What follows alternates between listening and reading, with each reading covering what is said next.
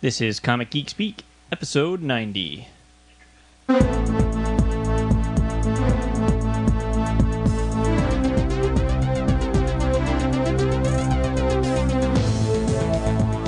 to Comic Geek Speak. I'm Brian Deemer. I'm Matt. I'm Shane Kelly. I'm Kevin Moyer. I'm Jamie D. I'm Peter Rios.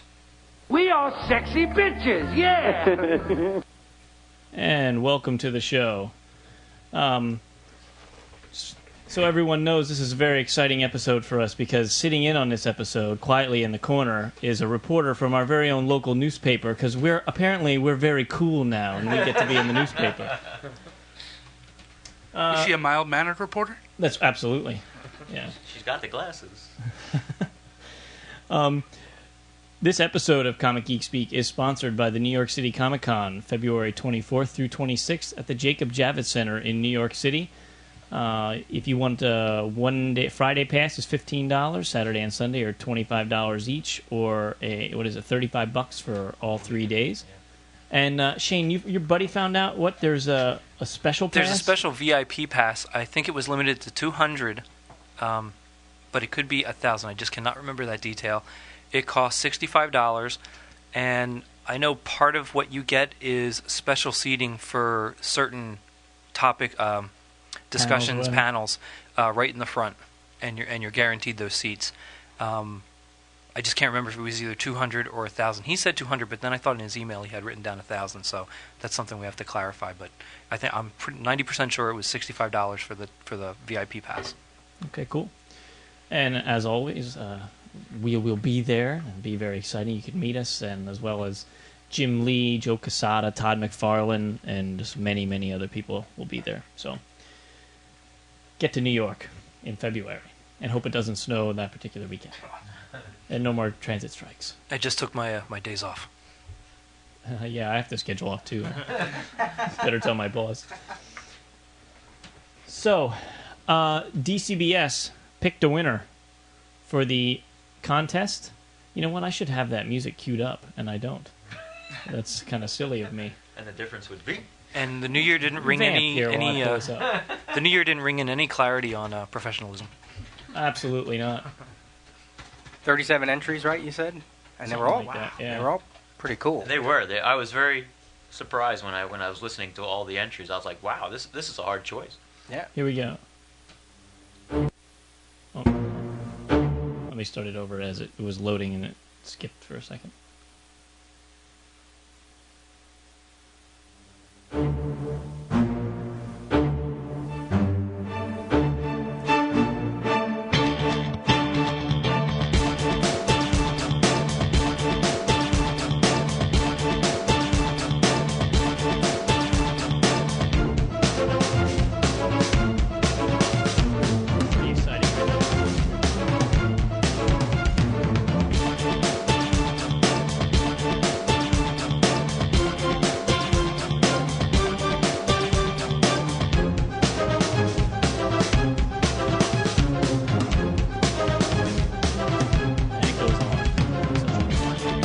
That's Alex Brozon. He's actually from Mexico. So he gets $100 worth of goods from InStockTrades.com. It's like Danny Elfman eat your heart out. That was pretty good. That's the Yeah. first time I heard that. It's very cool. So that's going to be DCBS's new theme song, and so we'll look forward to some stuff coming from them soon using that music. And moving on to January's contests. Shane, you got an update on the toy thing? Yep, I had mentioned that I was going to try to find some more prizes, and I found a Star Wars Utapau Clone Trooper Commando. That's a Target exclusive as one of the another prize for somebody else. I pulled out it's a number 6 Clone Trooper, and it's a repainted red one. It's one of Darth Sidious's, Darth Vader and the Emperor's shock troopers that you see at the end when they go to get Anakin from Mustafar. And there was a third one. It's a Muppet figure, and I'm blanked out on what it is now at the moment. But there is a third prize, which is a Muppet figure. And these would be 3 runner-ups, right? Yep, and then I'm looking for another one, so there's a total of 5. Wow. 5 people. altogether. Yeah, 5 One altogether. grand prize winner and then 4. And then Cool. then some. I'm looking for another superhero 1 or 2. So there might be 6 in the end. It just depends what I can find in my closet. Great. But I went through and dug that out this weekend. And then the Versus contest. Well, did we even say, we should remind people what the contest actually is. It's a toy contest, and the deal is either if you have perhaps a diorama that you built or want to build before the end of January, you can take a picture of that.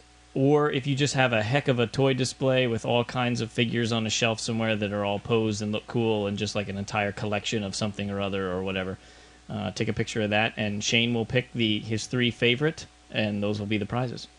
And somebody even entered a custom figure that they made, so even we don't have a problem with that. Just whatever you have, whatever your passion is, just put it up.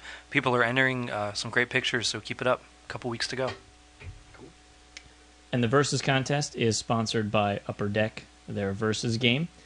The deal is draw a picture of somebody versus somebody, whether it's, we have superheroes versus villains, we have teams versus supervillains, we have the CGS guys versus villains, we have there's one Star Wars thing, isn't there? You know, so anything that's geeky, and do a picture of somebody versus somebody, and then we'll each pick our favorite, and we have 5 Upper Deck versus starter sets, the Fantastic Four starter decks to give away. They're about a $10 value each, and so we'll each pick our favorite, and then you'll get a pack.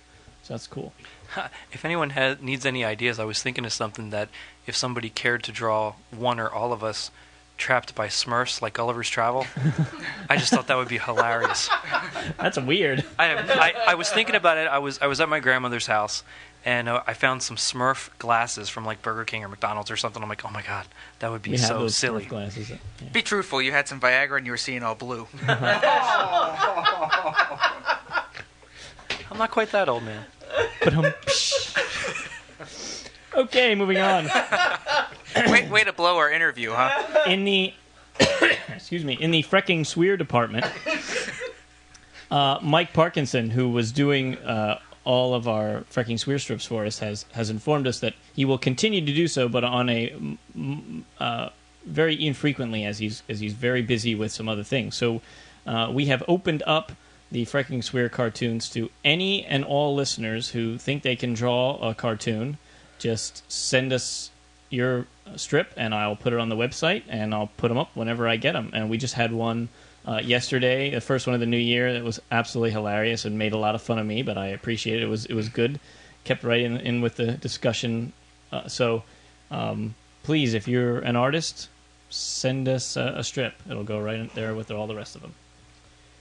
Going in line with that, our Book of the Month selection for January has been changed. Oh, that's right. In our previous episode, we said it was going to be Runaways, but we've changed it to the first volume of Aranya, Heart of the Spider. Is that what it's called? Yeah.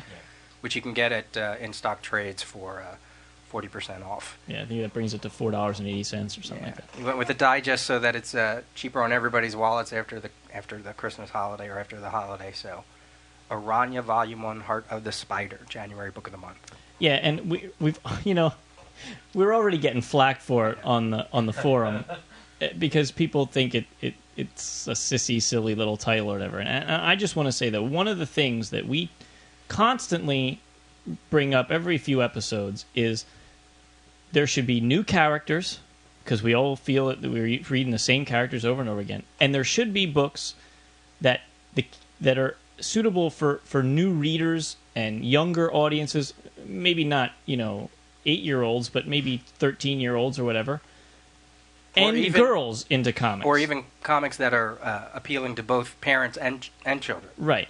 And now here you got a book. It's a new character. It's a female. She's Hispanic, and she's tied in somehow to the Spider-Man universe. And it's an inexpensive digest format, which we talk about digest, and some people like them, some people don't, some people have never read them. So here's your opportunity to try it to see if you like it. So it covers all the things that we talk about on the show for the last 89 episodes. It's all rolled up into one. So let's try it. Let's see. Maybe the story's terrible. None of us have read it. Yeah. We don't know. But maybe there's something interesting about it. And that's goes along the whole premise of having the Book of the Month, is to try things. Get people to try things. Take a shot at it. If you like it, you like it. If you don't, you don't. Not everybody's going to like every book we pick for the Book of the Month. Right. And if you read it already and you dislike it, that's fine. I mean, but if you read it already and you loved it, that's great. But through those who haven't, which just happens to be every one of us in this room, Right. It's worthwhile to check it out. Give it a shot. Right. Yeah, open mind. And we did that with Walking Dead when people on the forum suggested it, and Yeah. I never, ever thought I Yeah. would like that book at all. And I can't wait to get it. I got the 4th trade in my last shipment, and I'm getting ready to crack that open. You never know. The cool thing is there's already a thread about Aranya, and there's already discussion on the book itself. I mean, it's not pages long, but it's still already generating interest. Yeah. So there's, and plus, I think most of us were kind of curious to read it anyway. So Jamie's shaking his head, but the rest of us were. So, you know. And I'm interested to read anything. It doesn't really matter. I'll try anything. And I'll read anything too, but I was just wondering who made the executive decision on that book. We emailed each other like 5 times during one day. Yeah, unfortunately, nobody got a missed that chance, one, huh? to email me, but that's all right. Well, you were at work, you know. I when I got the email from Brian and we sent emails back and forth and discussed it, I said, I would have picked something else as well, but going along the realm, I did admit that I did have some curiosity as to what is the character and what's going on. So, as far as that goes, that's my explanation, is to keep it the open mind, is keeping it for, to trying something and be willingness to check it out. So. All right. Moving on to some emails. We got one from Eric Johnson. He says, love the show. In the last episode, you were talking about discounts that shops will give to regular customers and different policies you've seen for comic shops pulling titles. During that conversation, I was reminded of a sign that I saw hanging in a comic shop here in Chicago that said that if you paid $150 per month, you could get on the shop's library plan, where you could take home any book they had in inventory and return it when you were done. Is it me, or is this a horrible idea? First off, it seems outrageously expensive considering you're not actually purchasing anything. Second, this means that all new stock may have been fondled, however lovingly, by someone else. You expect that with back issues, but I don't like the idea that the new trade I just bought just came back from Joe Blow's house. I didn't ask the guy working at the shop, but I would bet no one has taken them up on this. Am I being unreasonable? I would love to hear you weigh in on us. There's no way I'd pay $150 and not get to keep anything. No way. Was that a month or a year? Month. A month. So that you pay that a month, but that's your subscription. That's like your pull list or something. Or is that what am I understanding? No. You pay $150 for the privilege of being able to borrow any book in the store. Never. No. I mean, if it was a year and you could pick anything in the store, maybe. But yeah, I mean, I don't even buy $150 worth of books a month, and I'm already backed up. Well, see, that's what when you were reading it, that's what I thought it was. If you bought $150 worth of stuff a month, then you had a privilege of taking something out of stock to read, and bringing it back. It allows you that privilege, which I guess sort of narrows down the people who would be able to do this, so you don't have just anybody running around taking stuff off the shelves and whatever. But just to pay $150 to read, I mean, go to your library. I mean, yeah, it's crazy. It's not I'm trying to think of the plus side, if there is even one. The owner makes money. Would they have the owner makes money. Especially with new comics, would they just take 1 or 2 copies of the new copies and set them aside so they're the only ones? I could see that. And the other thing is, is there someone who could read their share of $150 in a month? If that includes their trades and that includes you'd have to read $300 worth of books a month really get it. to get any money out of it. But you're still not keeping anything. Yeah, you're still not getting anything at the end of the month. That's That's a tough sell. You keep it till you're done with it. What happens if it takes you a year to get done with it? Yeah, I don't know. Do you have to bring Netflix, each item can't back get it before back. you get? I don't know. You just load up on what you want and it takes you a I'd while. assume that, with that pricing, that would have to be stuff that they would buy themselves and have it set aside. I would hope so. That it's not just anything that's stock off the shelf as far as, just going to grab anything. But even still, I mean, I just don't see the relevance of it all. That better come with a gold-plated plaque or something. Better come with Stan Lee reading the books to me.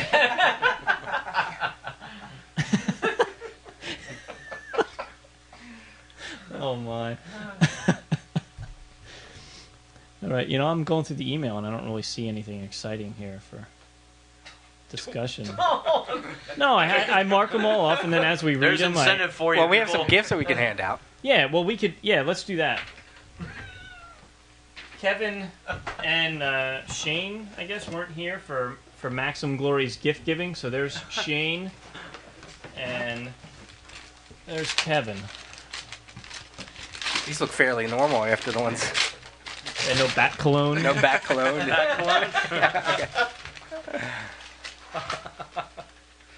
What'd you get? I got an old Star Wars Return of the Jedi coloring book, a Batman supplement that's from American Comics.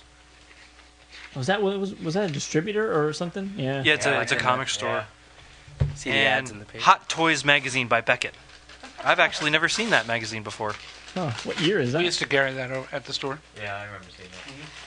1998. Oh. Wow. Is that Son of Origins? Son of Origins. Nice. Yes, I received the Son of Origins of Marvel Comics, which this has to be like late 70s.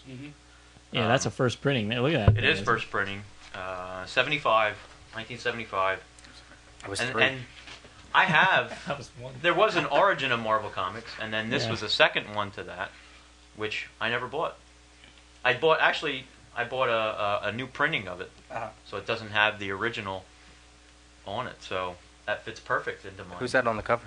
There's Iron Man. I meant the artist. I'm sorry. That's John Romita. Painted John Romita. Thank you so much. That's perfect. It's beautiful. Yes, thank you. That's really cool. This Batman supplement has just about every product I think that was out for the first Batman movie. That's cool. Where's the cologne? What's the toy magazine? Is that a price Well, guide? it's like a price guide and some okay. articles. 'Cause Beckett Beckett puts does out sports cards and stuff. It's like Toy Fair. Oh, okay. It was their version of Toy Fair. This one seems to feature Beanie Babies. Oh, very exciting. Wow. Hey, we got another postcard. This one's from David Beard. It's Duluth, Minnesota. He says, hello from the frozen north. Thank you, David. But I have like 5 I have to scan Is in. he the one who also sent us the stuff that's in the? No. No. Oh, who we was that? forgot- we have to talk about that. Yeah, talk about that. Oh, man. What? I have to go get the paper. That letter's out there. Somebody want It to was open? Mueller, I believe. Go ahead. Peter, will you take the Yeah. honors? This is. We also got. It's like Christmas heaven. To CGS from I Read Comics.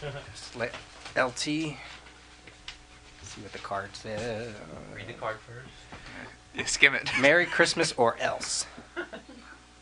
Anyone can have a hand puppet avatar since they're easy to make, but you are the only guys with avatar hand puppets.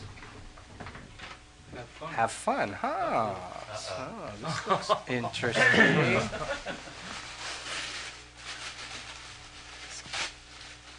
It's wrapped like one of those British crackers, little popper things. Does it work? Yeah, kinda. Of course, Oh, Muscles my- is the one opening it. Or enchilada. There's a hand puppet Oh my God. for Brian. Ryan. Jamie. Uh-oh. Oh, mine has a little message. Oh, Oh, boy. Shane. Kevin. Oh. Does yours have something too? I have a Star Wars. I have a little Star Wars comic on my hand. Mine says Peter was right. Yeah, what do you have? What's Does yours have Moon Knight on there, Kev? Yeah. Yeah. those are sweet. I can't believe. That's great. We're going to have to take a picture or something because Do a video, words cannot describe. We'll have to do a live feed show using the Live puppets. show, and we're all behind the table with microphones. Right. And just voice the puppet. voices. Oh, my gosh. Here, Matt, you could have the bag. No, thank you. But I don't get one. Oh! Lena, no, Tasha nothing snuck but in. From the peanut gallery, Tosh. Tasha wants one. These are great. Hi, I'm Shane Kelly Puppet. Oh, you know what?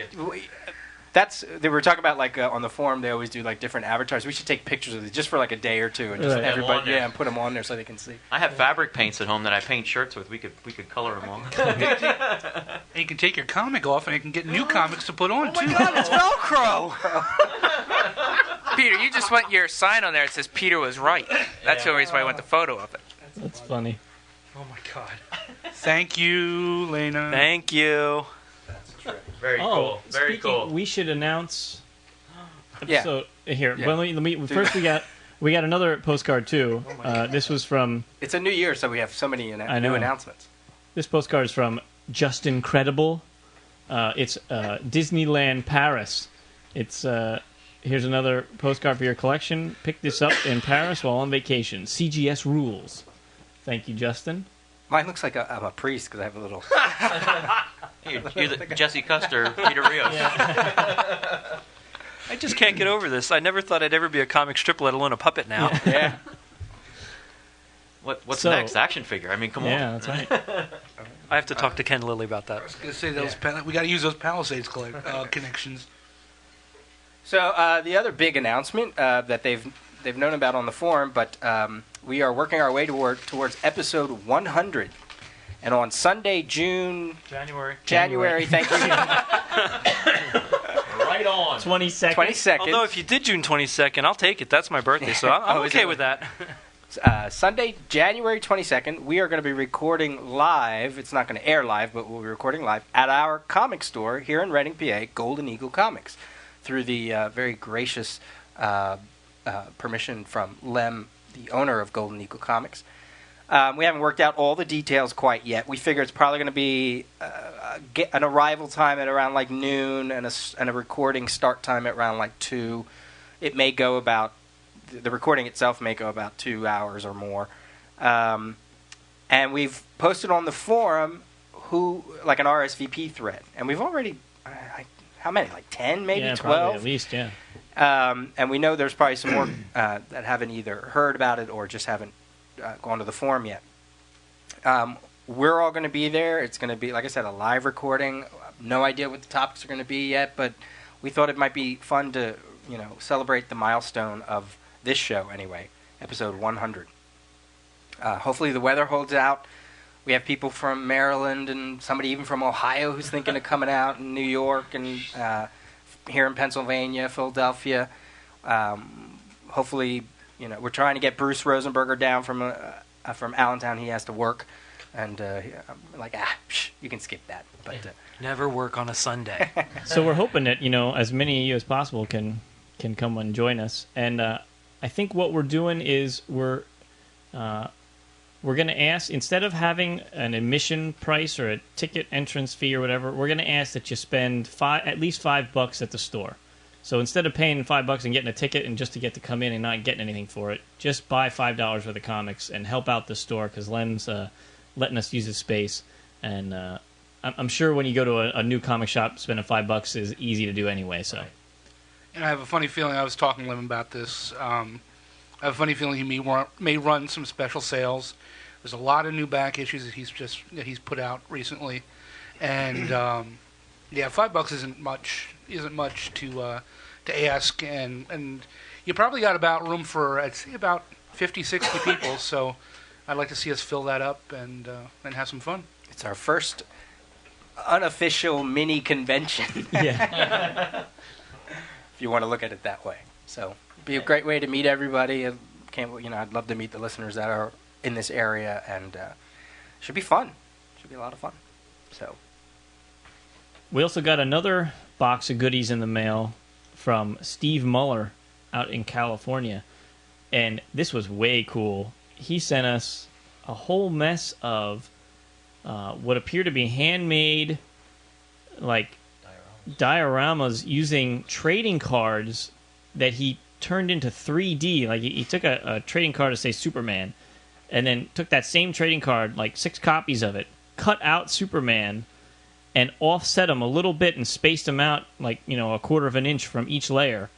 So it looks like he's flying, and then the background is still there of the trading card, and then the foreground is the ring that goes around the trading card, and it's all in a little plexiglass box. And he sent us, like, I don't know, like 10 of them or something, and some of them are like whole dioramas, like the whole like JSA and one thing, like triple wide, and the Spider-Man one's like 5 or 6 cards. Yeah. I mean, it's awesome, really awesome, as well as some DVDs and stuff that he sent us. I mean, it was extremely generous, very cool. And those DVDs are, I was looking through them. Hard to find stuff, yeah. Star Wars the musical and some other stuff that I'm not sure if we can talk about. I'm not sure where he got them, so maybe we shouldn't talk about. But some neat stuff. Some edited Star Wars scenes and like cut out. Oh, excellent! Yeah. So he said he started listening to us when we did the interview with Shane Felix, Star Wars Revelations guy, director. So he found us through that website. So it's cool. Steve, we really appreciate everything. That was fantastic. Now we have to have the task of deciding who gets to keep which of those little dioramas. We'll take a picture of it first so we can show Yeah, the we listeners. definitely should. Right. Cool. All right. I think we got all that stuff out of the way now. So what should we do now? Should we take a break and we're going to have an off-air discussion with the reporter, and then we'll be back with we should definitely, and then we'll get back with an interview. So we'll see you soon. And upcoming here we have an interview with Chris Sotomayor, a colorist for many books. And what were you going to say, Shane? Oh. He's going to do color artist, which we can discuss afterwards. Well, okay. So what is he? He's doing Hulk. He's going to be doing Miss Marvel. He did Aranya. And the Defenders he's finishing up. That's right, the Defenders with Kevin McGuire, Shane. Very Excellent. Cool. So here we go, Chris Sotomayor. Hello, Chris. Hello. Hello, welcome to the show. Thanks. With me here is Matt, Shane, Kevin, Jamie, and Peter. We have a full house tonight. Wow, awesome. Hey, guys. How you doing? So the first question that we always ask is, when did you first start reading comics? Wow. Let's see. It had to be, I know it was definitely mid-'70s. I can't quite pinpoint the year.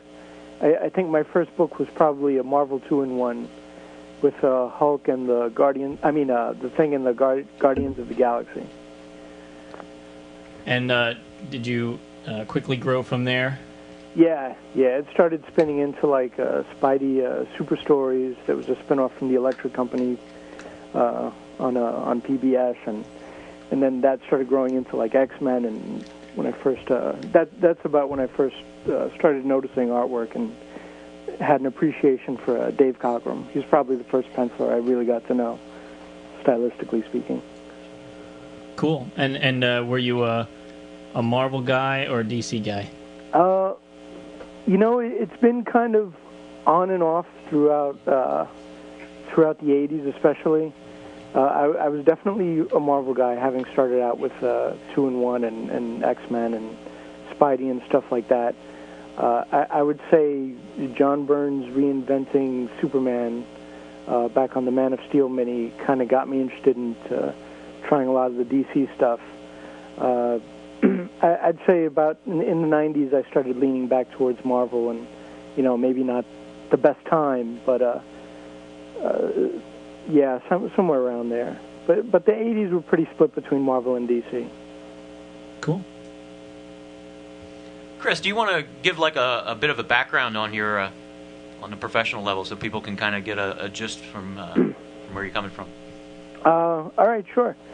Let's see. I'm a freelance colorist. I'm under an exclusive contract right now with Marvel Comics.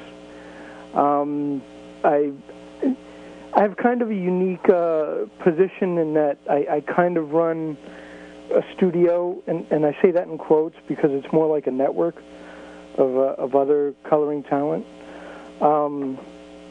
But I do my own freelance stuff also. So it's kind of me working with two different identities, so to speak, in that those two situations have a very unique structure in and of themselves.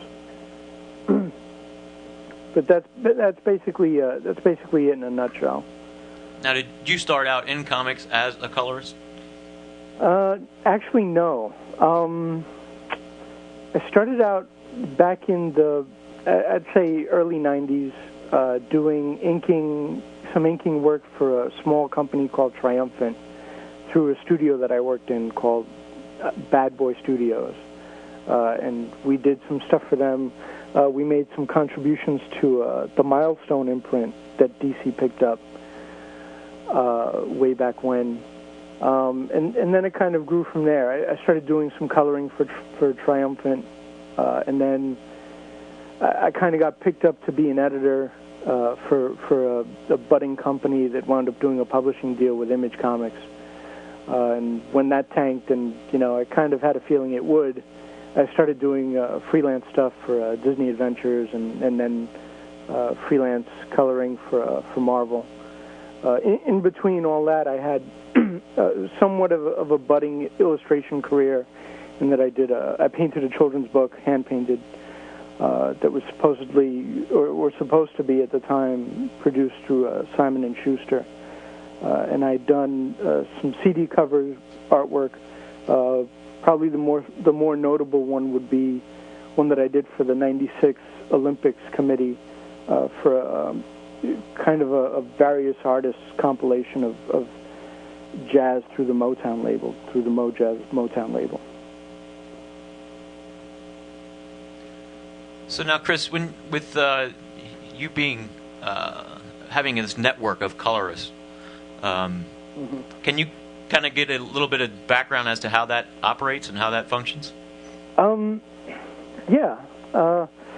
It kind of happened kind of by accident. There was a time when I had a lot of work coming in from Marvel, and I was doing some stuff for Marvel, and I was doing some stuff for Image, and just trying to basically get my name out there. At that point, I was kind of flying under the radar, and I had built a reputation at Marvel for being like the fast guy, the go-to guy when a book was late, which probably was smart and not smart at the same time, probably a double-edged sword. But yeah, there was at that time there were a couple of guys that were trying to get into comics, and they wanted to do some coloring, and they kind of hooked up with me and helped me out on some of the Image stuff that I was doing, and little jobs here and there, some background stuff here on a page or two, and it kind of grew from there. I would say it really started hitting its stride more or less when CrossGen went under.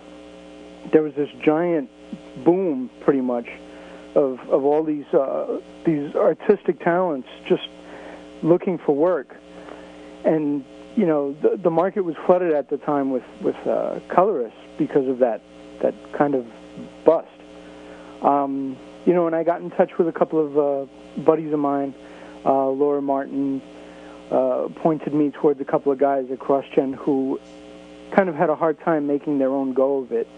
So I kind of latched onto them and started giving them some of my overflow work, and then I started having conversations with Marvel and talking about some of their needs on a broader spectrum than what I could supply, and some of their ideas as far as what they were looking to do in the future with their publishing, and just the different kinds of material they were trying to package. And I told them, if there's room in there, maybe what I might want to do is put together a bunch of guys in kind of a studio setup, in a very informal studio setup, and try to play art director and have Marvel's needs met, and get these guys who are having a hard time making their own name after CrossGen, get them some work, and just give them an opportunity to strut their stuff, so to speak. So, what kind of stuff? What makes your studio when they hire you for your work and your colorists and your people? What kind of stuff do you bring to the table? Well, I try not to. I haven't really recruited anyone. I don't go out and actively seek out people. It's mostly guys that have their own experiences at different levels. There was a couple of guys who did some work for Hi-Fi and got passed up when they were hand-picking colorists to bring on board. There was, like I said, a couple of guys at CrossGen, like Andrew Crossley and Larry Molinar, who had a tough time going at it. And what I try to do is I try to, number one, I try to be very forthcoming with Marvel. When they hire me, and when they hire my studio, they hire my studio. So there's really not a big blurring of the lines. What I try to do is make sure everyone has their own stuff, that everyone gets their own credit. It's not so much a studio as a brick-and-mortar place where everyone comes into work, more along the lines of, they all work out of their homes because that's where they're going to be happiest. No one really wants to punch a clock in this business. And, they get credit for the work that they do, and, of course they get paid for the work that they do. They sometimes, and I encourage this, sometimes they build relationships with editors over at Marvel, and the editors over there get to know them and at times request them for specific projects. So a lot of the custom comics that we do, like for Target, or studio jobs, some of the Marvel Adventure stuff, like Marvel Adventures Fantastic Four, is a studio job. Aranya is a studio job. We did the last few issues of those. There's a very precise differentiation between the work that I do and the work that my studio guys do, and it seems to be appreciated on both ends, by me and my guys and by the guys at Marvel. So what book are you working on currently? Right now, at this minute, I'm trying to desperately wrap up Defenders number 5. The deadline, was it tomorrow? Yeah, pretty much. The book's kind of a mess, which is not unique to this book. Did I see your name attached to, the new Miss Marvel or something that's coming out? Yeah, I'll be doing the new Miss Marvel. I just finished the story for the giant-sized Miss Marvel, and I'm a few pages into the first issue. It looks like a fun book. You got Brian Reed writing that, and Rob De La Torre on pencils, and I believe Jimmy Palmiotti's inking it. So that's a lot of fun. And the giant-sized Miss Marvel is, as a lot of the stuff is from Marvel right now, a direct tie-in to House of M. Oh, okay. Interesting. So, or maybe I shouldn't say direct, but there's a lot of material in the giant-sized Miss Marvel that has a lot of ties to the House of M storyline. Is that the format that they're doing, where it's like an 8-page lead story, news story, but then the rest is reprint material? Yeah, there is some reprint material from what I understand. The giant-sized Miss Marvel is 16 pages of new material. And what about the ongoing series? Are you going to be a part of that? Yeah, I'll definitely be on that too. Like I said, I've got a few pages of that already done, and just waiting for more pencils from that. And while I'm waiting for that, I'll be working on, trying to get this Defenders done and a couple of the other things I've got lined up. So I've been very busy and very fortunate with work. You're also doing the Hulk, correct? Yeah, I'll be doing the Planet Hulk storyline, or at least most of it, from what I understand. And I guess for the benefit of any listeners who are colorists or aspiring colorists, you use Photoshop? Yeah. I use Photoshop almost exclusively. There was a time when I was dabbling in Painter a little bit, but I don't know. The learning curve is just a little tough getting my teeth cut on that. Seeing as how pretty much every book I work on is super late. Yeah, not a lot of playtime then. No, not a lot at all. And you use Mac or PC? Mac. I'm strictly a Mac guy. I've got a laptop that I use for whenever I'm on the road at conventions and stuff. And here in my office, I've got one of those dual processor G4s. Nice. Yeah, it does right by me. So you should upgrade now to that quad processor G5. That's it's such a tempting upgrade to make, but I'm going to wait till second generation and wait for them to work out any bugs. Yeah, and what are you sporting a tablet there? Yeah, I've got the what do I got here? A 9x12 Intuos tablet, the Intuos 2. Yeah, it's not the newest tablet, but again, it does right by me. That's good. My wife just bought the Intuos 3 6x11 tablet, so she's loving it. Nice. My 9x12 is too big. It takes up too much room on the desk, and it's just tough going sometimes. Yeah. So I may be looking to downgrade on the size when it's time for a new tablet.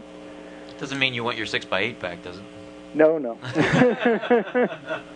Chris sold me his old Intuos 6x8 Wacom, because I never had a Wacom tablet, so I wanted one, and I just happened to be talking to him online one day. He's like, "Oh, I got one for sale." I was like, "Cool."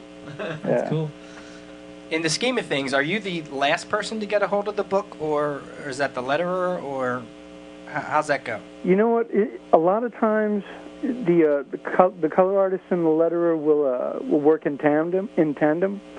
But the way it's been shaping up, it seems like I really am the last guy on the end of that assembly line. Now, do you physically receive the pages, or do you just get digital scans of them? I'm lucky enough to not have to scan in my own stuff. So I get scans directly from Marvel. They throw them up on a web server, and I pick them up, I download them, I color them, and then I send them right back up. I never have to leave the house. That's cool. And I guess it's safer. There's fewer times those pages are flying around in FedEx or whatever. Yeah, exactly. Exactly. Speaking of, that's a question. I don't know. I mean, I don't know if you know. Has that ever happened? Have you ever heard stories of pages getting lost in the mail and things having to be redone and everything? Yes. Yeah. Yes, definitely. I remember hearing about some Runaways pages that got held up in customs at one point. I remember hearing about you hear all kinds of stories. I was working on a book for Jay Ferber called Noble Causes for Image, and there was at one point we were kind of hitting a deadline crunch, and this was a few years ago, but I was waiting for a FedEx from I think it was Pat Gleason at the time, or no, it was Damon Hacker, the inker, and just sitting waiting, and the FedEx hadn't come for like 3 days. And we were just trying to figure out what the hell was going on. And, I had to color like 4 pages or something for the same day just to get it back to Jay and to Image so the book could ship on time. That sucks. Yeah, it does suck. Well, we talked to Maury Hollowell before, and he kind of touched on this too, where it seems that the given is that a colorist will have the book the least amount of time out of any of the creative team, and is that just something that is a trend that just will never change, or how can that be helped? I got to give DC props because they don't have, or they seem to not have as many of those issues as some of the other publishers, like Marvel or Image or whoever. They seem to schedule stuff far enough in advance. And there's always the human element, which is really hard to account for. You can't really predict when people are going to get sick, or people are going to lose their dogs, or their mother dies, or whatever it is. A lot of times, the color artist on the book really does have to really pick up the slack at the end. It is really tough. I remember a couple of times. I remember having to turn a book around in less than 24 hours. I did an issue of Cable. It was either 103 or 101, a few years back, and I had to do that book in about 12 hours on a Saturday, or 10 hours on a Saturday. And it was pretty much just me and my flatter. And whenever he'd send me a page, I'd get right on it, and I'd have it done by the time he sent me the next page. And we just went on like that over a Saturday. It was Mark Sweeney was my flatter at the time. He was a great flatter. So I assume that was like the all primary colors issue? Luckily that book had very minimal rendering. It was more about smart color choices and mood and settings like that. And, it's a little easier to do it like that. There was another book, What If... Actually, it was one of the recent What If books, not this round, but the previous round. What If General Ross had become the Hulk, I think it was? Yeah. Yeah, that book was another one that had to be done in a day. Special black and white issue of What If. Yeah, next time that's exactly what's going to happen. Yeah, it'll be like a John Byrne Snowblind issue from Alpha. There you go. What's your general turnaround time? It depends on what the book is. Some books are really hard to get through. Some are really easy to get through. I've had really hard times on a book, and like I've said, I've done books overnight. Luckily, that What If issue I did with Andrew Crossley, he helped me out on about 2/3 of the backgrounds. But the other times I go at it alone, and the pages per day really vary. I would say on average, and it's a very wide average, I would say anywhere from 6 pages a day to 10 or 11 pages a day. Now, this is Shane. You color everything on the computer. Do you ever dabble in drawing your own things, coloring things by hand in any kind of medium or anything? Well, when I started in at Marvel, I started in on Deadpool and Journey into Mystery. Those were my two first gigs over at Marvel. And that was at the time when there were very few computer color artists over there. It was all hand guides, photocopies of pages colored with marker or dyes or colored pencil or whatever you had at the time. And you'd go in and physically color each page and render it, how you would want it to be separated. And then those guides would be sent over to whatever coloring studio they were using at the time, and those guys would look at the guides and try to interpret them and in a fashion recreate them as best they could, usually very poorly. And what you'd see in print would sometimes match in some regards what you had down on the color guide. So, I've done color guides before. I've done paintings before. Like I said, I painted some CD covers and children's books and stuff like that. But I haven't done that stuff in years. So. Now, Chris, we've mentioned and discussed this on previous shows as far as recognizing the artist and the credit due for them, so to speak, as part of the art team. What are your thoughts on that? My thoughts on that are that a lot of times, it basically goes back to the mentality of what the contribution of the colorist was back in the 70s and the 80s, and as opposed to what the color artist's contribution is from the 90s, where you saw like some of the image studios using computer coloring, and up till now, where it's really become an art in and of itself. And a lot of times, the readers or the fans, or however you want to phrase it, when they see a book or when they read a review online, they'll see art by, and it'll be like Kevin Maguire, and that'll be it. That'll be the only name. Or it'll be, the penciler and the inker's name, and that's credited as the art. I think that the process of coloring has come such a long way from when it was first instituted that contribution often gets overlooked and is sometimes not properly quantified. A lot of times it's dismissed as it was way back when it was just, guys in the bullpen, production guys just laying down some flat colors with some markers or some watercolors or whatever. And, a lot of things that the color artist puts in now goes unnoticed. I think it's a shame, but, I also recognize that it's the last vestiges of that mentality that are still kind of holding on. And as much as I would like that to change, it's really dependent on the fan and how much the fans start to really see what we bring to the table. As a colorist, does it make a difference who is doing the artwork, and if so, who are some of the ones you enjoy working with? Yeah, it does. It really does make a difference. You got to be excited about who you're working over. There have been enough projects that I could think of that I wasn't very excited about working on, but I took it anyway because that's what you do when you're a freelance colorist or freelance anything. You take the jobs that you're offered. And I just don't say no. I have a terrible habit of not saying no, and it's gotten me into trouble before. But there are some guys that you just, if you get offered a gig and there's a certain penciler or even a certain inker attached to the project, it's going to be good. If Tom Palmer inks anything, it's going to look good. If Dave Finch draws anything, it's going to look good.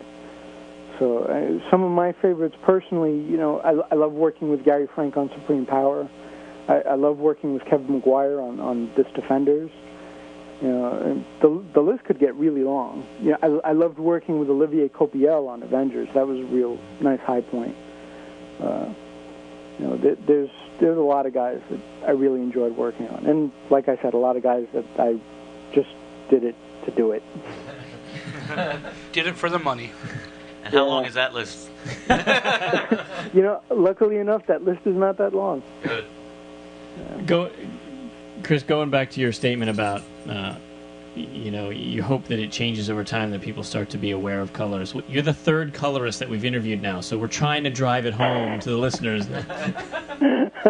I think we might have spoken to more colorists now than pencilers even, I think. I'd probably credit that to the fact that we're already behind the computer anyway. So we listen to your podcast more, I would imagine, and we're probably more accessible by IM and email. So, how many hours do you spend in front of a computer in an average day? Well, let's see. Right now, I'm going on hour 11. Wow. So I would say my average day, is about 11 or 12 hours, not including my hour break throughout the day. I take little breaks here and there throughout the day that add up to about an hour, and that includes a lunch break. So, but not including that, I spend about 11 or 12 actual working hours. Now you said you're working on Defenders, and that's Kevin Maguire, and most of us have seen his pages and his artwork. There's a lot of sculpting and there's a lot of shading in your coloring that needs to be added to a Kevin Maguire page. Yeah. How much of that is communication between you two, and how much of that is just kind of like leeway on your part? Kevin's really been great about this book. He's given me enough room that I can kind of, put my own fingerprints on it, and he's been really good about communicating what he would like to see, and also really great about tempering that and allowing me the room and the freedom to do what I like to see also. So this book has been a really tight collaborative effort, with the exception of these last few pages where I haven't talked to anyone, and I'm just going. Then there are other books where I don't talk to anyone ever, and I'll just sit down and do what I do. But Kevin's stuff is really great, and what's really fun about Kevin's stuff is that there's nothing that I have to worry about fixing. Not to say that every other penciler needs to be fixed, but everyone has their strengths and their weaknesses, and what a color artist should set out to do is try to enhance those strengths and try to put those weaknesses to the side so they're maybe not as noticeable. And Kevin's structure for storytelling and his basic anatomical structure is just wonderful. So it's kind of like a dream to work on. It's not as labor intensive as some of the other projects are. Even still, that he doesn't have a lot of detail in his artwork. I mean, to me, one thing I noticed from the Defenders book is that his pencils, have always been very linear, and there isn't much detail to them. So, a lot of the detail that's in the characters have come from the colors. Well, filling in the detail does take time, but it's not as much of an effort as trying to discern where those details should go. Because, like I said, Kevin's structure is it's great. Kevin has great structure. Gary Frank is another one. There's a lot of guys that just, you see their stuff or you work over their stuff, and everything that's there is there, and it's really easy to figure out where the other things should go. Kevin's not detailed, in like the Scott Collins sense or anything, but Kevin's stuff it's very straightforward and it's easy to interpret, I think, and that makes the job easier too. Filling in all the details does physically take time, but it's not so hard to do. I'm sure other guys feel that way about other pencilers, but Kevin's just been great.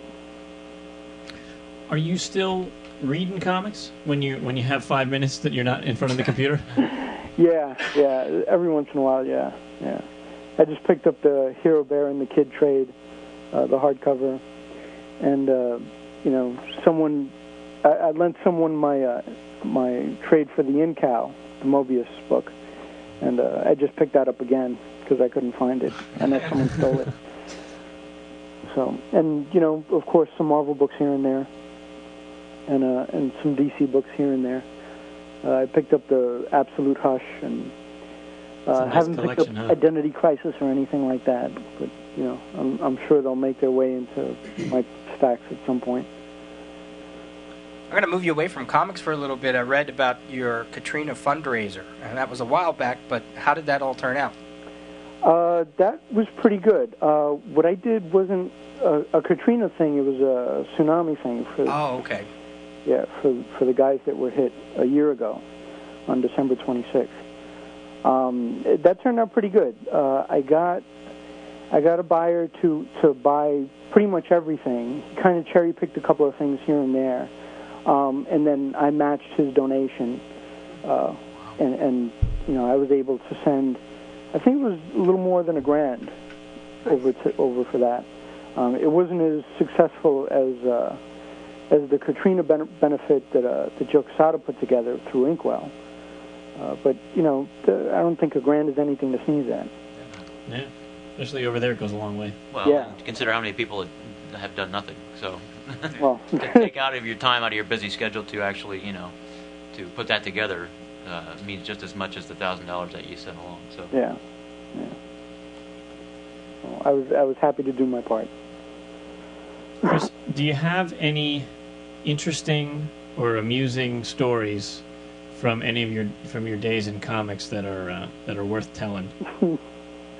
That is such a big question. I've got plenty of amusing stories. I've got stories from during my short 2-year stint as an editor. I've got whatever. What would you like to hear? Would you like to hear romance, comedy, drama? Yes. Which one, guys? Comedy? Yeah, throw us a comedy one. Comedy. All right. Here's some comedy. During my stint as an editor for these Machine Works books at Motown, I had our boss and our second in command. They were always at odds about producing properties and how to best get them under the public eye. And what happened was the second in command. I'm not going to name names because it's not really worth it. No one would really know them. But our second in command had a lot of ties to Fox Kids Network in particular. And he had a meeting with the executives over there. And, the big boss kind of, he felt left out at the time. So he started railroading the meeting and kind of kidnapped it at one point.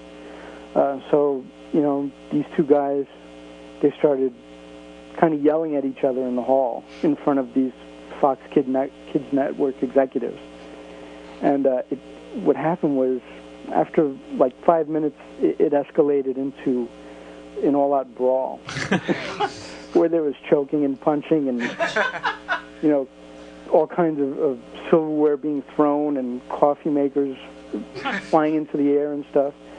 And as these guys are fighting, the Fox Kids guys just kind of took the back door out of the building. So that was kind of a very weird predicament to watch. Oh, it's amazing that company didn't work out. I'm surprised. Yeah, I don't know why. And nothing like trying to impress people who are doing children's programming by getting into a fight. Yeah, exactly. Something to be said about that first impression. Yeah.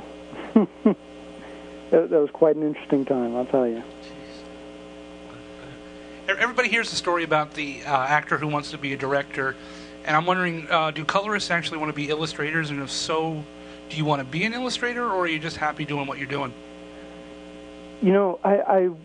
I was perfectly happy during the time during the brief time that I was between comic work. I was happy doing the small illustration jobs here and there, but it wasn't anywhere near as fun as the comic book stuff. I love doing comics. I've always been a fan. It's something that I've always wanted to do since I was about 5, and yeah, a lot of us wanted to be pencilers or what have you, and, I know that if I was penciling a book, you guys would never see it. It'd come out like maybe once a year. It would just be horrible. It would take so freaking long. But, the coloring, I love it. It's a lot of fun. There's a lot of leeway. There's a lot of variety. I get to work with a lot of the guys that I liked growing up. I get to work with a lot of the guys that I like now. You know, it's a lot of fun. It's good stuff. So I wouldn't trade it for anything. Any thoughts or feelings on the industry as a whole, as you know, how it's been, where it's going? Wow, another mouthful. I've got plenty of thoughts. I'm sure you guys have seen by my presence on the message board that I'm pretty opinionated when it comes to these things.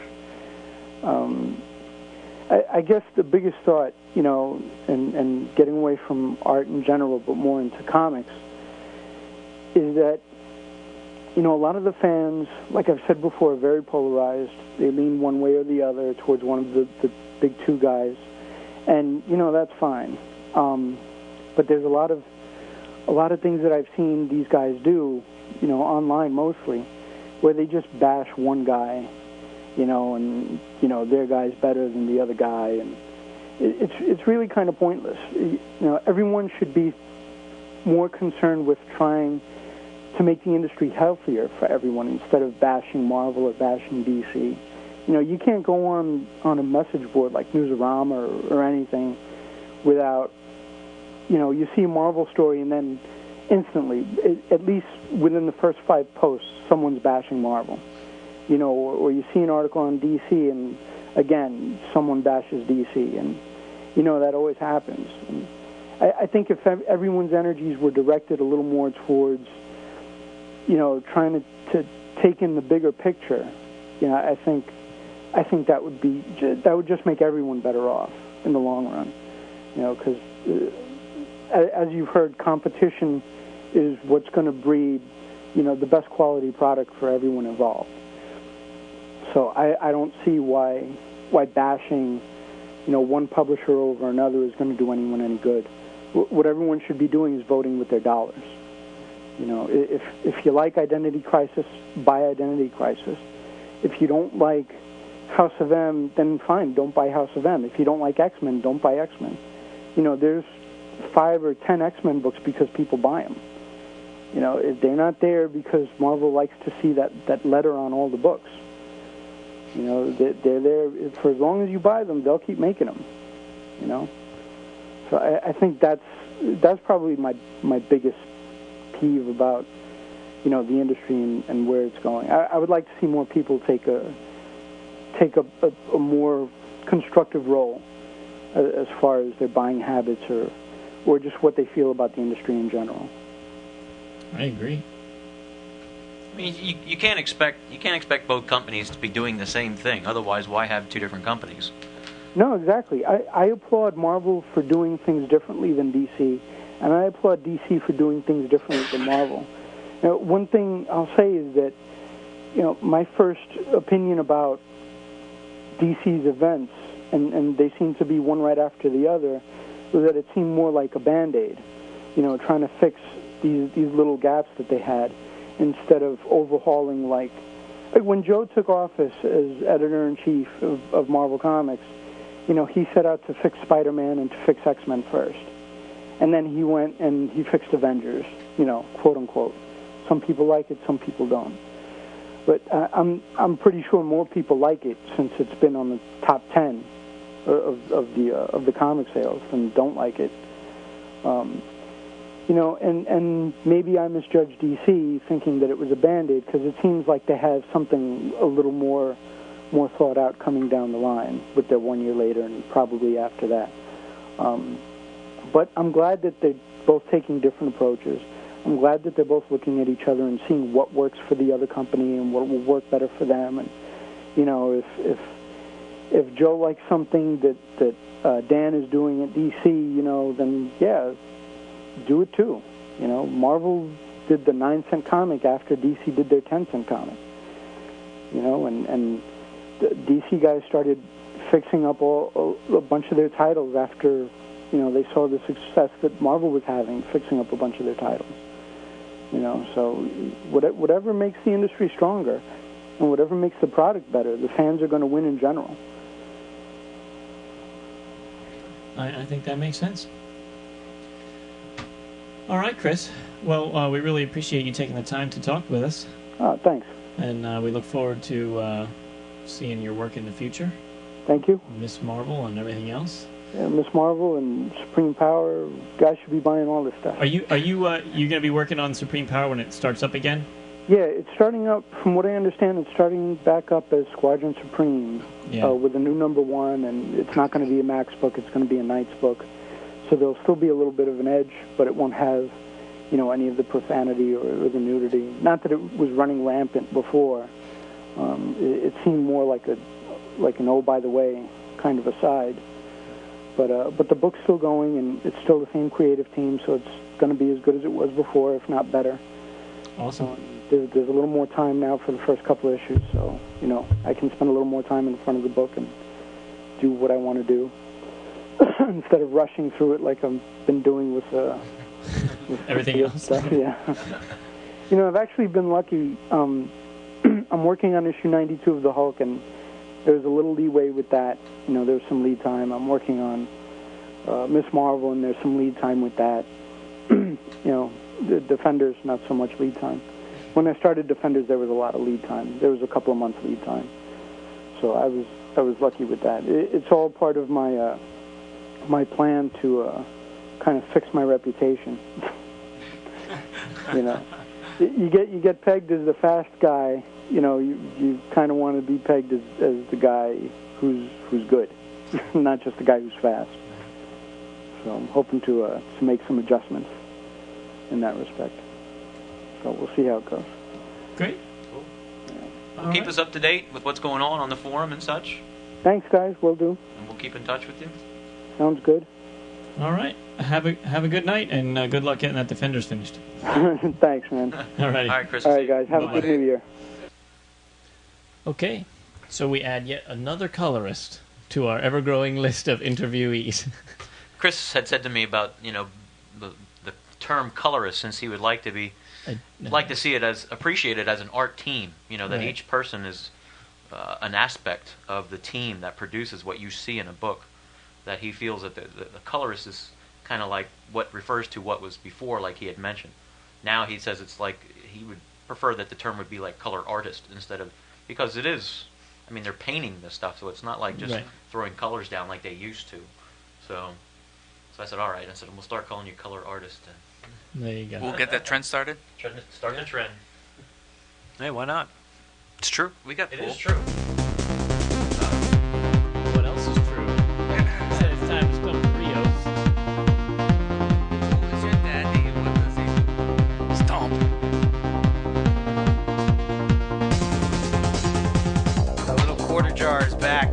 Yeah, I don't think you haven't donated for a while, have you? No, because we took time off, and then now we're in the new year, so anything that goes in here is going to go to the Actor Fund. And I'm still waiting to hear back from Comic Book Legal Defense Fund about getting them on to talk about them and also present them with their check. So, the little jar is out for the Actor Fund. All right. Looks like the Cosmic Cube. Yeah. With Spider-Man's trapped. This Stump the Rios is from David Brown. In addition to some Stump the Rios questions, he also let us know that he's offering up his house as well as his parents' house for if we want to come to Heroes Con. We got a place to stay. He's only 9 miles from the city. Excellent. So free hotel, baby. Woo! I like French toast in the morning, and Hey, remember, don't tuck Continental the breakfast. sides of the bed. They're supposed to be untucked. all right. Question number 1. DC. In the Legion of Superheroes Volume 4, post 5-year gap, He's toast. Bring it. who was it revealed that Laurel Gand, the replacement for Supergirl in Legion post-crisis continuity, had conceived a baby with? Ron Vidar. That's right. Never give a Legion question. Follow-up question 1. He was the son of which... Universo. Stick with the Scrooge McDuck questions. Follow-up question 2. He was revealed to be the Legion-era incarnation of a Golden Age, Silver Age, Modern Age hero. Green Lantern. But the thing is, too, if you would stump him on a Legion Ding, ding, question, ding, that would ding, be ding, the ding, ultimate ding. epitome. That would be the ultimate. Was that all three? Yeah, that's all three. Put the quarter jar away. Nice way to start the new year. Bad for actor, good for Rios. Oh, boy. Put my quarters away. I think that's got to be like a record, as like the quickest stump the Rios ever. I think it probably was. Love my Legion. Love it. Love it. Love it. I think in a couple episodes I'm going to go through our box of goodies and pull out another prize or two, and then we'll do another round of, DC Marvel independent, and then Next give up, away I the believe, prize. is Identity Disc to give away. I Still thought, pushing it, what huh? I thought We about want people to actually want the prizes. I thought about making it, like, if we had a really, really awesome prize, like some kind of really, Identity either test. valuable prize or something like that, like to make all the questions had to be like Titan questions. See if they could really See if they try could to stump get, you. yeah, on those. That's a good idea, though. I like that Yeah. idea. So we'll talk about that later once we get some good stuff. In approximately 12 seconds, we're going to have a new anime report from Ian Levinstein. Cool. So it's just about Bum, bum, finished. bum, bum, And he bum, bum, also bum. has a Stump the Rios tacked on, so you get double Jeopardy tonight. Right, but this one isn't for the quarters, right? Since we already had. You cheap bastard. Yeah. Well, it's only one an I episode. guess it depends if you do. Right.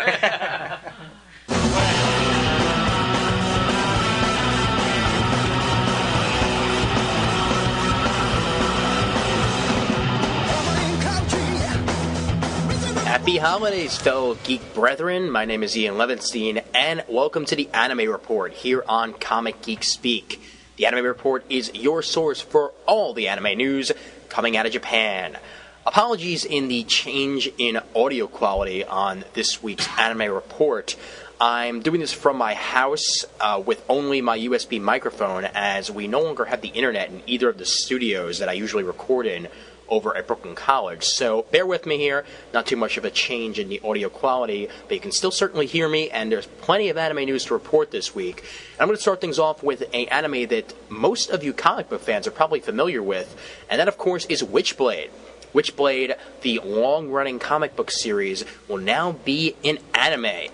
And this has been in the works for some time, and the official release date has officially been set for April of 2006. The website is now up. You can go to the website at witchblade.jp, and you'll be able to get all the information on the Witchblade anime. And Kodansha is expected to release a Witchblade manga along with the Witchblade anime. Other news coming out here: Future Media has officially closed down. Future Media, a supplier for such anime as Furikuri and Leave It to Piroko. And this is officially closed down, complicating reorders and republishing of these animes. So the Leave It to Piroko Volume 2 will be delayed. Volume 1 was released in November, and that is a source out of AnimeOnDVD.com. Switching over to some Ghibli news, Studio Ghibli has officially announced a brand new animated, which is going to be based upon Ursula K. Le Guin's Earth-Sea Cycle. And the anime is going to be called Gendo Senki, and that should be coming out sometime soon. The promo for the movie is available at ghibli.jp. Some news here of Production IG. Production IG is officially going public. Animaxis is announcing that Production IG, the studio responsible for Blood Plus, Ghost in a Show standalone complex, and the Tsubasa movie, is going public on December 21st. The company will be listed on Japan's JASDAQ stock market. So that could be pretty interesting for that company over there. And news on an anime that's pretty popular here in the States. It was known as Case Closed here, as opposed to Detective Conan, due to legal reasons, because people like to change names here over in the States. The official Detective Conan website has officially announced a 10th Detective Conan movie will be called Requiem of the Detectives, and will be released on April 15th in Japan. A trailer is available at conan/movie.jp/trao2.html. Employee opportunities over at Tokyo Pop. Tokyo Pop, obviously famous for its manga, but also dabble in the anime from time to time. Tokyo Pop is currently seeking candidates for a range of positions from intern to director of business and legal affairs. The list of positions is available at tokyopop.com/aboutus/jobs.php. Free streaming anime is now available courtesy of the Bandai Channel and Biglobe. Available series include Pedapito-san, Noen, Gun Parade Orchestra, and this is all available at broadband.biglobe.ne.jp. You can find out more information over there. New Madhouse anime coming out. The Little Girl Who Conquered Time is being produced by Madhouse, along with an anime known as Paprika. And this is a theatrical anime based on another book by Yasuata Tsutsai, and I'm sure I mispronounced that terribly.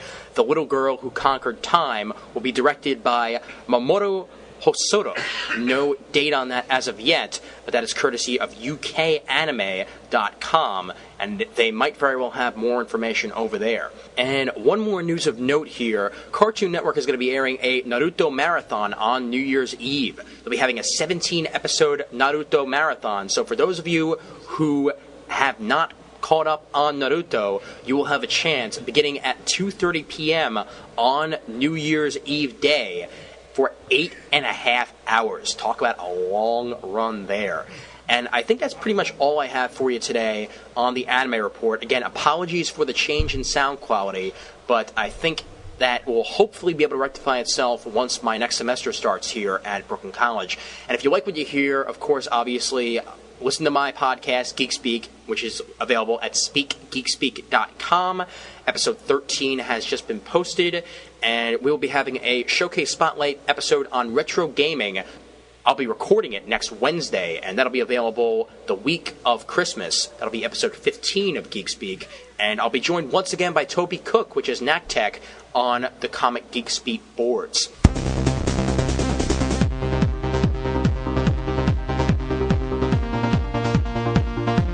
And before I get out of here, I figured it was about time that I'd try my hand at something that everybody has tried at least once before. And yeah, Peter, sorry to say, but I'm going to try and stuff the Rios. Yeah, I know. I know you weren't really expecting this, but I figured why not? It's about time that I gave it a shot here. So, call it an audio Stump the Rios coming up now. And I'm going to start things off with a question about Spider-Man. And Spider-Man villain, and I will get into that question right now. Which villain first appeared in Peter Parker Spider-Man Volume 2, number 30, and gave Peter Parker a run for his money? Volume 2, so that was the new stuff, like in the 90s, right? Yeah. There must be a hint in there with that run for your money, maybe. Spider-Man. I believe it's Money Runner. Kevin, you know the answer. I'm thinking, but it's not something that pops out at me. Yeah, it's not. Is that Paul Jenkins, or is that too early? No, it's earlier than It's that. earlier than that. I think it was right after the... Oh, no, that was before. I was going to say before, like that J.M. DeMatteis, like, Electro story he did, and which was in, like, the early 40s, late 30s, early 40s, so it was even before that. Maybe it's a villain. Fast Cash. The ATM. I was just gonna say. I can't even guess. Do you have a guess? No. No. Not Ezekiel? No. No. Until you can think of the answer. Spider Lizard. I can't even think of the creators on that. Give up? Well, the correct answer is Fusion. Fusion premiered in Volume 2 of Spider-Man, number 30, and his origin was given to the public in Volume 2, number 32. For question number 2, What was the name of the future Thor, which was introduced in an issue of Thor back when Eric Masterson was still merged with the mighty Thor? And I will obviously give you some pause time here when you get to try and think of that. Give you some more happy music. Do do do do do do do. Wow. Is that the son of Thor? Was that The future version? Yeah, there was like a future descend. There was like a descendant. Thor of Earth 2. Thor Beyond? MC2 Thor.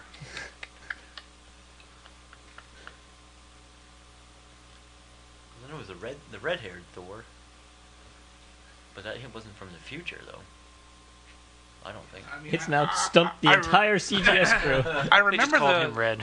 I remember the image, but I can't think of what his name Was he part of the Guardians of the Galaxy future or no? I thought, didn't he wind up as part of the Thor Corps? Oh, that's right. That damn you're Thor right. Corps. All right. Hammerson.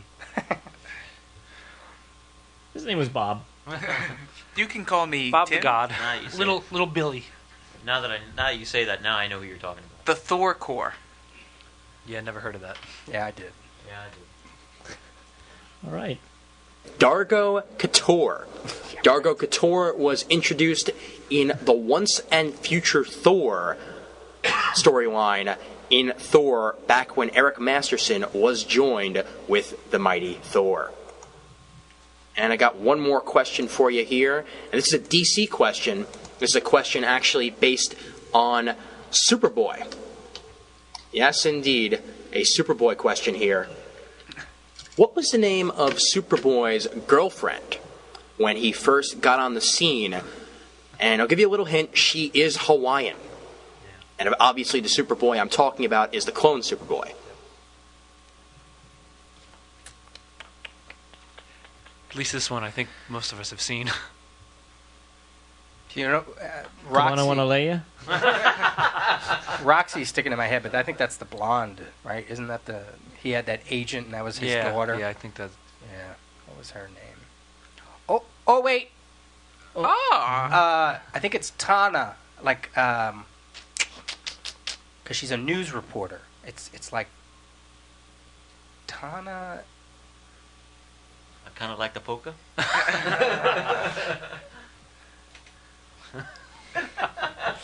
It's something like Tanya, like a Titana? TIA or TAI or Tana. I think it's something like that. Not that that's an answer, but. What was that? Why you give up? Well, the correct answer is Tana Moon. Tana Moon had a relationship with Superboy until her So that's like untimely two quarters. death a couple of years back. Well, how'd you do, Peter? She died? Oh, that bad? God, you know? All right, well, who knows? Maybe you got those all right. Maybe you got them all wrong. But I wanted to at least give it a shot at Stump the Rio since I'd never tried it before. But anyway, I guess that'll wrap it up here on the Anime Report and obviously on Stump the Rio. So until next time, this is Ian Levinstein, and I hope to speak to you guys soon. Take care, everybody.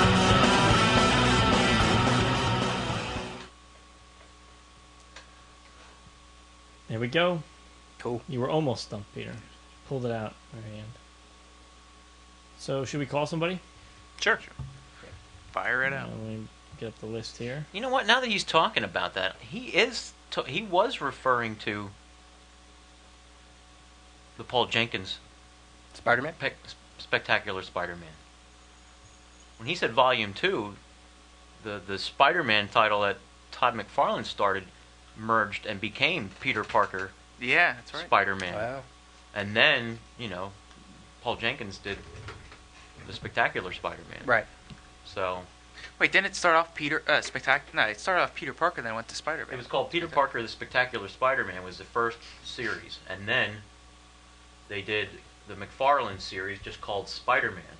But then right. that later in after 40, 50 issues or whatever, merged into the title being called Peter Parker Spider-Man. And then the Paul Jenkins title came out called I think the Spectacular Spider-Man. So that's what kind of threw me with his question. So wasn't that after you have to be a little more clear with that the because Clone that's not really Saga? Volume 2. wasn't that after the Clone Saga because they started changing some things? Because some Changing the titles. yeah, changing the titles, and they added Sensational. We're going to call Bill Beechler. He sent you the Scrooge McDuck. Yeah. Scrooge. I believe he's a doctor, right? I don't know. I think he goes by Doc Beechler on the form. I have my my oldest boys hooked on DuckTales. I got the DVDs for them not too long ago. I keep saying, "Who's that?" And he goes, "Scrooge." Give me a break. You bought those for yourself. Hey, as long as he likes them. And the kids are going to give it to him for his birthday. Hello? Hello, is Bill there? I'm asked who's calling? Yeah, this is Comic Geek Speak calling. Oh, okay. Hold on just a minute. Sure. Oh, okay.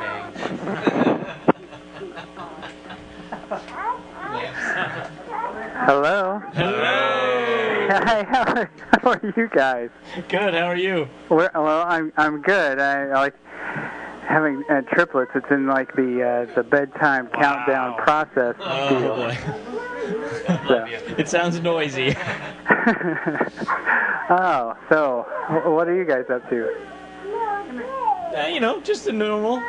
We talked to Chris Sotomayor. He's a colorist for a lot of Marvel comics. Color artist. Color artist, yes, I'm sorry. And, we opened some Christmas presents. And Oh, very nice. Did anyone get anything swell? Yeah, well... Absolutely. I got the original first printing of the Son of Origins from Marvel Comics back from 1975. Very cool. I got an old Star Wars coloring book. And a Beckett toy magazine and a Batman supplement for all sorts of products that came out in 1989 with the first movie. Very cool. When I was a kid in the late 70s, early 80s, I saved up allowance to buy a box set of Origins and Son of Origins that someone was selling in the classifieds of our local paper. Wow. And that was one of the first big comic things I remember begging my parents, I can just save this. I just want to send in this ad, please. We also got very, very cool hand puppets that Lena made for us. Of yourselves? Yeah. Very cool. Yeah, I noticed a lot of people on the avatars on the board are using hand puppet sort of motifs. So. Right, yeah. Definitely the inspiration. What'd you get for Christmas? Well, I got the first printing of Uncle Scrooge Back to the Yukon. Cool. Which I know it excites Peter. I'm bouncing. How far, Yeah, I could tell. how far are you in reading Scrooge McDuck now, Peter? I'm at the same place you asked me the last time. Come on, I had to go through the It's Superman book. I had to do. You know which I just listened to that one, and that was a great interview. Cool. I was really looking forward to reading that book, and I'm even more looking forward to reading it. So. Did you pick it up yet? I have not. It was on my Christmas list, and we have one more Christmas to get through, so I am avoiding buying Okay. things that were on my list. So. Yeah. And my wife got me a page of original art from Justice League Annual 8, which was an Evan Dorkin page. So it has all the big Justice League villains in a splash page. Wow. Excellent. And the big Little Nemo in Slumberland collection, which is a ginormous book. I mean, it's huge. Literally it's the size that the strips were printed back in 1909. So you have to put the book on the floor and open it to read this book. But it's amazing. But by the way, your wife answered the phone. She is obviously very aware of us, correct? Yes. Yes. She is aware. You can tell by her enthusiasm. I can tell by your enthusiasm. Hey, would you like to be on the show? Yes. Oh, come here. All right, here she is. This is Holly Simpson. Here she is. Hello. Hello. How are you? I'm all right. How are you guys? Excellent. Good. So you got Bill an original comic art page for Christmas? Yes, I did. That's pretty cool. Had he talked about it that you knew, or you No, I picked it out myself. you just picked it out? Excellent. How cool is that? That's really cool. I am. Yeah, I'm just that cool.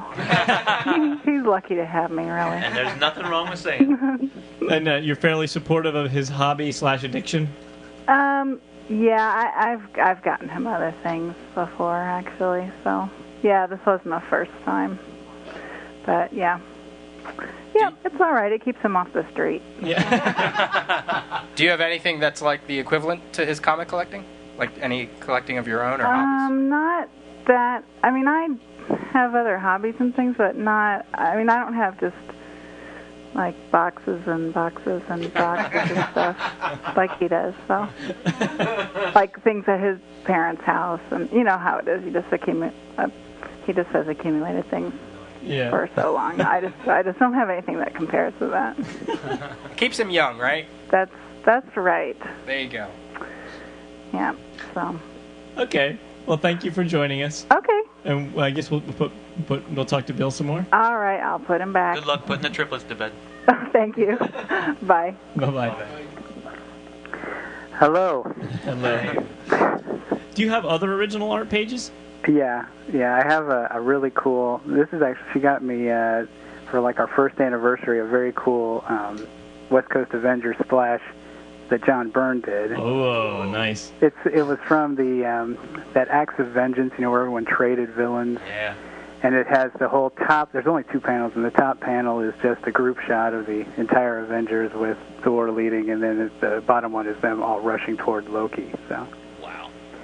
So yeah, we have some Zod, have a Don Rosa. She gave me a Scrooge animation cell signed by Carl Barks. So. Jeez. So she's Still a lot of keeper. cool. Yeah, you picked the winner, dude. Yeah, don't give that up. So it's worked out pretty well. Good. But so any other cool Christmas gifts that you guys received? Maybe not even on the show, but otherwise. I got an Aqualad Teen Titans cartoon doll from Shane. Yeah, that was really cool. Oh, now wait, is this something he had to make? No, just the Teen Titans animated Bandai. Oh, okay. This is the 10-inch one. I was thinking like 60s. Oh, no. I'm like, oh my God, do they even exist? Okay. But there was one time when I made, I took animated Robin figures from inspiration in a Toy Fair magazine, and I made Peter and Aqualad, Speedy, and Robin. Kid Flash. No, Kid Flash. Very cool. It was Kid Flash, and then put him in a stand for him. Peter, are you excited that Cyborg is going to show up on Smallville? Oh, yeah, Yes, I did read about that, yeah.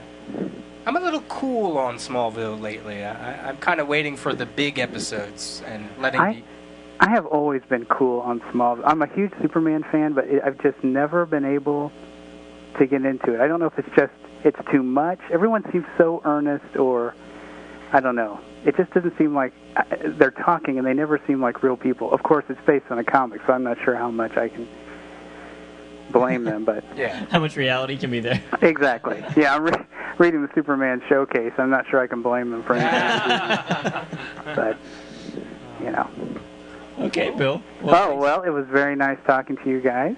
Yeah, thanks for for sending Peter that book and spreading the love. I really hope you guys do get Don Rosa on the show, because I would love to hear that. And another listener is actually helping us out with that, so very we'll have some news hopefully soon.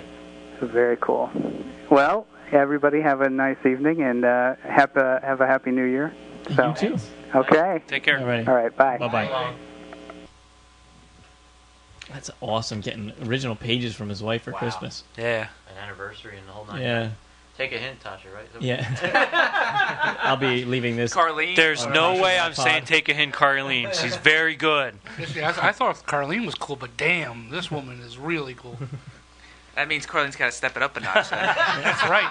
Not my words. I was going to say triplets. That's crazy. My sister has a sister-in-law with triplets, and they're great, but that's crazy. Twins are bad enough. Yeah, triplets. You need a little escape fantasy. You sure do. Yeah. I know my cousin has twins, and in fact, both of my cousins have twins, and they do not operate at the same time schedules. No. So it is not something that people just think, oh, you just got 2 of them. No, it's a total different dynamic. Anyway. Well, I think that wraps us up. Thanks to Chris Sotomayor for joining us. Thanks to the Reading Eagle for sending a reporter to make a big deal out of our tiny little show. We had him conned. This episode of Comic Geek Speak was sponsored by the New York City Comic Con, February 24th through 26th at the Jacob Javits Center in New York. We will be there, as will our buddies Todd McFarlane and Jim Lee and Joe Quesada. Brad Meltzer. Yeah, Brad Meltzer and Neil Adams. Many other people. So come join us for all the fun and festivities in New York. And if you'd like to send us an email, you can do so comicgeekspeak@gmail.com. Check out our website, comicgeekspeak.com.